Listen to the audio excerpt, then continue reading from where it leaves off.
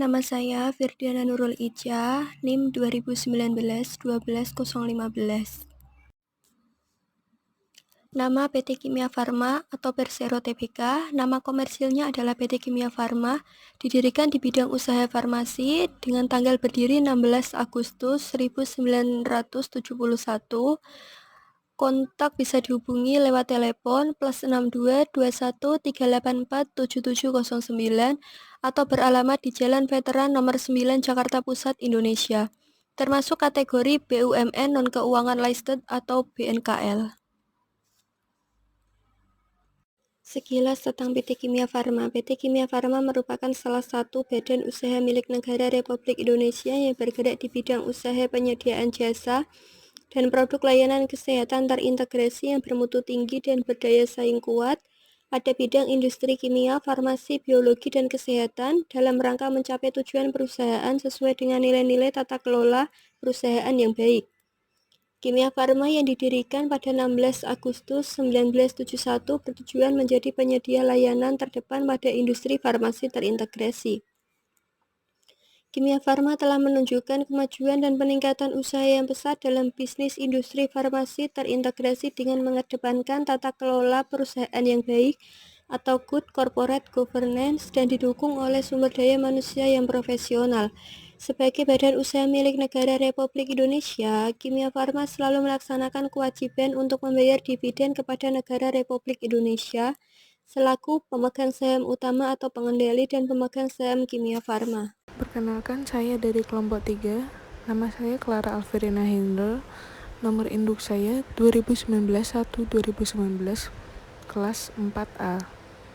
Analisis ekonomi global dan lokal mengalami penurunan akibat pandemi COVID-19, bahkan resesi ekonomi di Singapura sampai minus 41,2%, tapi di Indonesia masih positif hingga Juni 2020.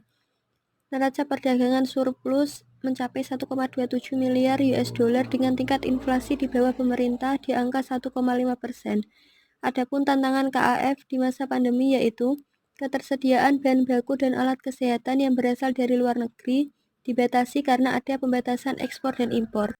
Tinjauan industri dan posisi pesaing. Tujuan holding untuk memperkuat kemandirian industri farmasi nasional, juga untuk meningkatkan ketersediaan produk dengan menciptakan inovasi bersama dalam penyediaan produk farmasi untuk mendukung ekosistem farmasi di masa yang akan datang.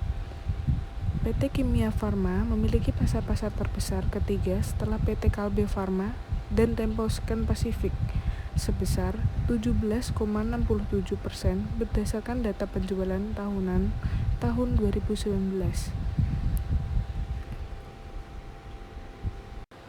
Berikut adalah tinjauan industri dan posisi pesaing.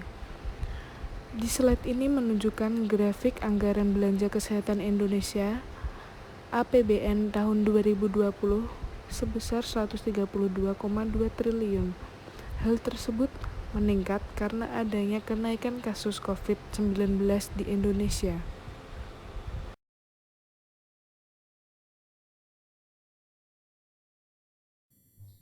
Analisa keuangan PT Kimia Farma. Berdasarkan rasio keuangan fundamental, perusahaan kondisi keuangan KEF mengalami penurunan yang cukup signifikan. Hal ini karena peningkatan beban keuangan sebesar 144,65%. Penurunan tersebut tercermin dari nilai EPS dan ROE yang lebih rendah dari tahun sebelumnya. Meskipun demikian, kondisi keuangan KEF akan membaik seiring dengan proyeksi penjualan yang akan terus meningkat. Valuasi FCFE dan PER dapat dinilai sangat cocok dengan kondisi Kimia Farma yang pada tahun 2019 mengalami kenaikan hutang yang cukup signifikan dan menurun laba akibat peningkatan beban keuangan. Sehingga diharapkan pertumbuhan laba akan meningkat pada tahun ini dan stabil setelahnya, baik dengan kenaikan 13%. Hasil perhitungan menunjukkan bahwa nilai intrinsik saham lebih tinggi dari nilai pasar, yang berarti kondisinya yaitu undervalue, sehingga saham KEF dinyatakan layak untuk dibeli dengan target harga 1418,47 dan kenaikan 13%. Nama saya Melati Pertiwi, NIM 2019122018. Resiko investasi pada PT Kimia Farma Tbk. Yang pertama, risiko perubahan mata uang depresiasi nilai rupiah terhadap valuta asing. Yang kedua, risiko pasokan bahan baku. Yang ketiga, risiko perekonomian. Yang keempat, risiko kegagalan pengembangan investasi. Yang kelima, risiko pemalsuan obat. Dan yang terakhir, risiko pemogokan karyawan. Berikut faktor kenaikan harga saham KF. Yang pertama, peningkatan penjualan dan laba bersih per saham. Yang kedua, PT Kimia Farma menjadi distributor vaksin COVID-19. Yang ketiga, menjadi tren pertumbuhan industri farmasi yang cukup baik. Dan yang keempat, efisiensi beban usaha dan potensi pendapatan luar negeri. Nama saya Iza Nurul Nafiah, NIM 2019-12-016. Tata kelola perusahaan berdasarkan Self-Assessment Good Corporate Governance KF tahun 2015 dengan skor 87,76, predikat sangat baik. Tahun 2016, skor 81,04 dengan predikat baik. Tahun 2017, skor 84,52 dengan predikat baik. Tahun 2018, skor 91,82 dengan predikat sangat baik. Tahun 2019, skor 93,09 dengan predikat sangat baik. Selanjutnya yaitu penyaluran dana Corporate Social Responsibility atau disingkat dengan CSR.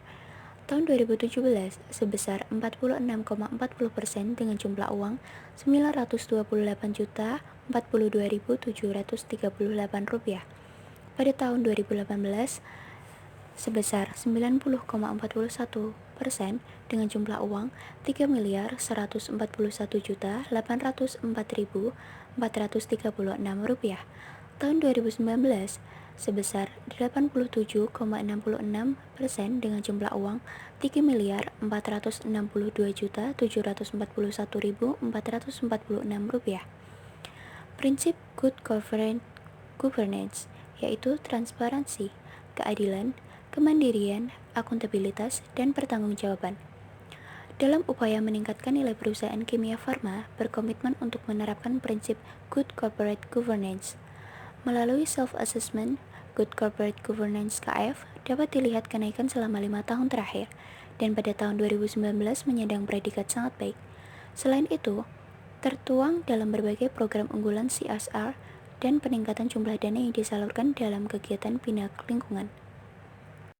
Kesimpulan yang dapat diambil berdasarkan analisis ekonomi global, analisis keuangan, dan valuasi adalah buy atau dibeli dengan target harga Rp1.418,47. Sekian pemaparan dari kelompok 3 mengenai PT Kimia Farma. Terima kasih.